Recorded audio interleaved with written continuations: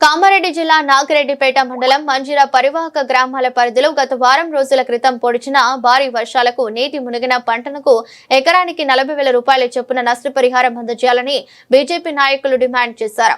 శనివారం నాగిరెడ్డిపేట తహసీల్దార్కు బీజేపీ మండల శాఖ తరపున వినతి పత్రం అందజేశారు.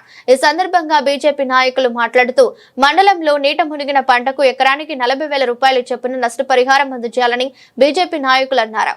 గత 10 ఏళ్లలో బీఆర్ఎస్ ప్రభుత్వం ఫసలు బీమా పథకాన్ని అమలు పరచకుండా రైతుల నుంచి వ్యతిరేకతను మూటగట్టుకున్నదని అన్నారు.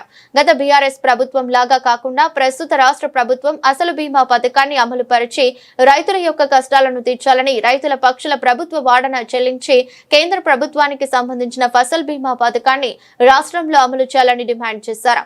కార్యక్రమంలో మండల అధ్యక్షుడు శ్రీనివాస్, జిల్లా కార్యవర్గ సభ్యులు హనుమాన్లు, ఈశ్వర్ గౌడ్, గోపాల్, అంజయ్య, సిద్దిరాములు, కృష్ణ, విష్ణు, రాజు, నారాయణ పాల్గొన్నారు.